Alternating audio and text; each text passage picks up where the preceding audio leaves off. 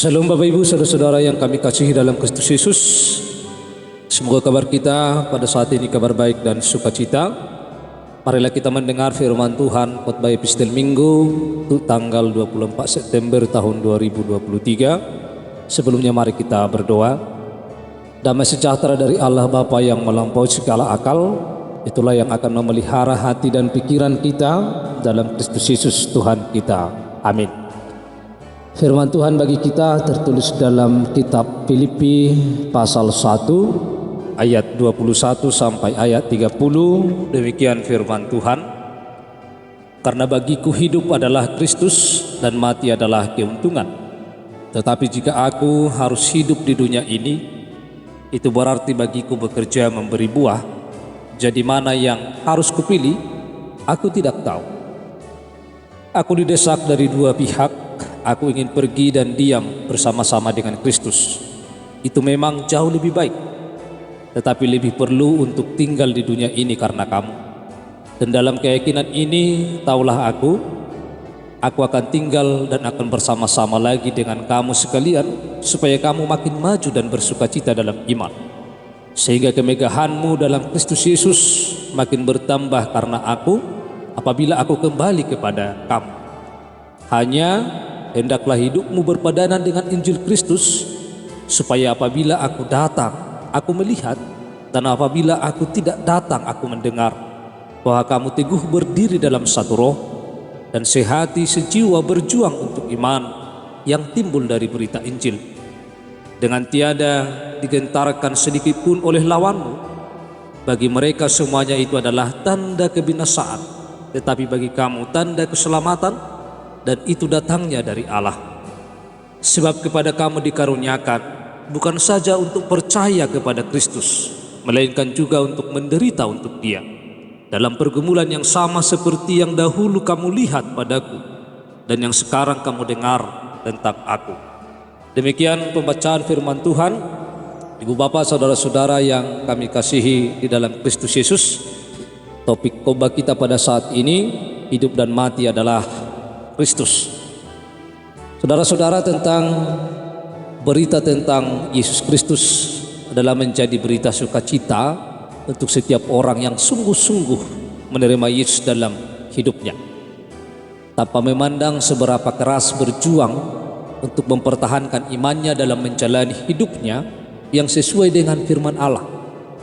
Rasul Paulus menjadi teladan yang baik bagi kita dalam memperjuangkan kesetiaannya kepada Tuhan, sekalipun mendapatkan banyak masalah, tantangan dalam hidupnya dalam mengikuti Yesus, tetapi dia tetap setia kepada Tuhan. Bukan hanya setia mengikuti Yesus, tetapi ikut menderita, bahkan dalam penderitaan yang begitu luar biasa, bahkan di penjara. Rasul Paulus juga memberitakan Injil tanpa henti. Sekalipun tubuhnya di penjara, tetapi firman Tuhan tidak pernah terpenjara dalam hidupnya. Dalam khotbah ini kita akan melihat Rasul Paulus bersaksi akan hidupnya bersama dengan Yesus Kristus. Saudara-saudara, yang pertama kita lihat, hidup dan mati selalu bersama Yesus Kristus. Hidup dan mati bagi Rasul Paulus adalah sama baiknya. Sebab dikatakannya, hidup adalah Kristus dan mati adalah keuntungan. Berarti hidup dan mati adalah sama baiknya bagi Rasul Paulus.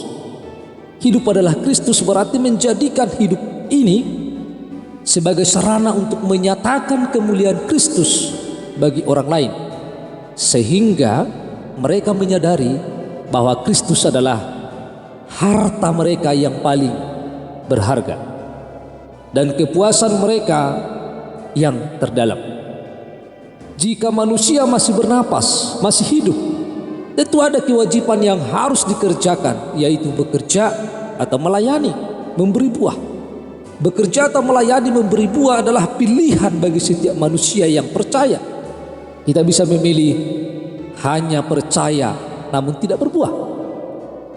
Bagaimanapun keinginan itu, semuanya berpulang kepada Tuhan. Hidup kita ada di tangan Tuhan. Jika kita mati, maka itu adalah baik.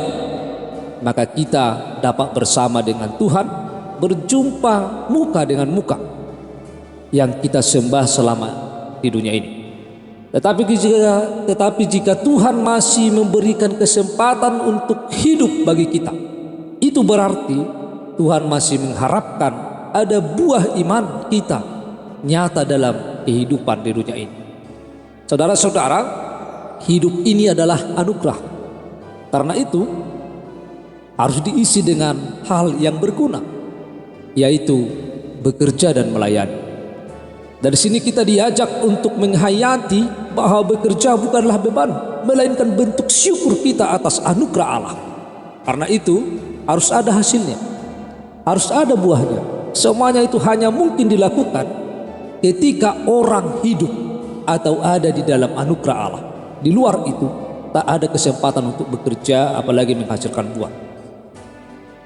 Bila kita masih dapat menikmati hidup sampai saat ini, melayanilah dan bekerjalah dengan penuh sukacita.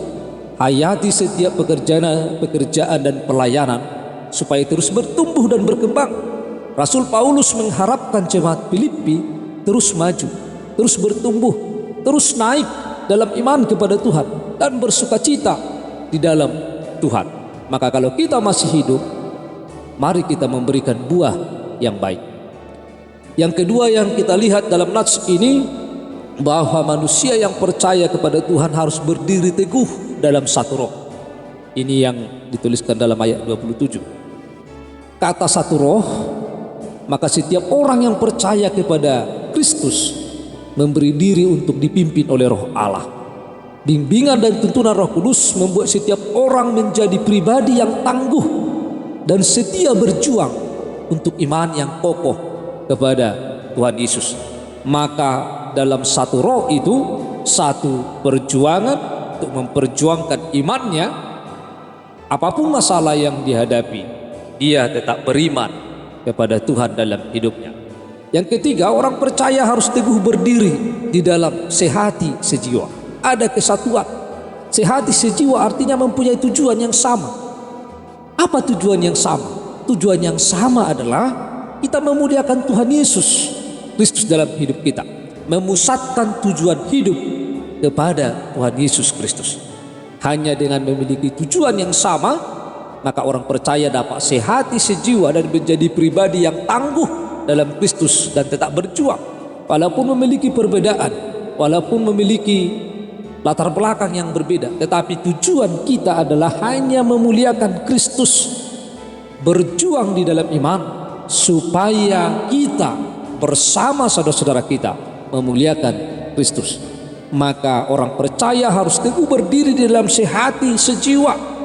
Tidak boleh terpecah oleh karena sesuatu. Tidak boleh dipecahkan oleh pergumulan dan persoalan-persoalan yang terjadi dalam hidup ini. Yang keempat, kita bukan hanya teguh berdiri, tetapi kita harus berjuang untuk iman yang timbul dari berita Injil. Kata berjuang adalah kata yang diambil dari suatu pertandingan olahraga. Kata ini menggambarkan satu tim yang berjuang bahu-membahu, saling menopang, melawan kekuatan lawan. Misalnya dalam satu tim sepak bola, setiap anggota tubuh Kristus atau orang percaya harus berjuang bahu-membahu untuk melakukan dan memberitakan Injil yang sesuai dengan pernyataan rasuli, yang sesuai dengan pemberitaan firman, yang sesuai dengan Injil Kristus, dan membela kebenaran Injil terhadap orang yang menjadi seteru salib Kristus. Maka berdiri teguh dan kita harus terus berjuang untuk iman kita dan terus berjuang untuk memberitakan Injil. Kita melihat Rasul Paulus sekalipun dia berada di tengah-tengah penjara, tetapi dia tetap berjuang untuk memberitakan Injil. Sehingga badan kita bisa dipenjara, tetapi firman Tuhan tidak boleh terpenjara sedikit pun. Firman Tuhan harus terus diberitakan dalam situasi dan kondisi apapun. Ibu bapak saudara-saudara, apa yang menjadi perenungan kita dalam firman ini?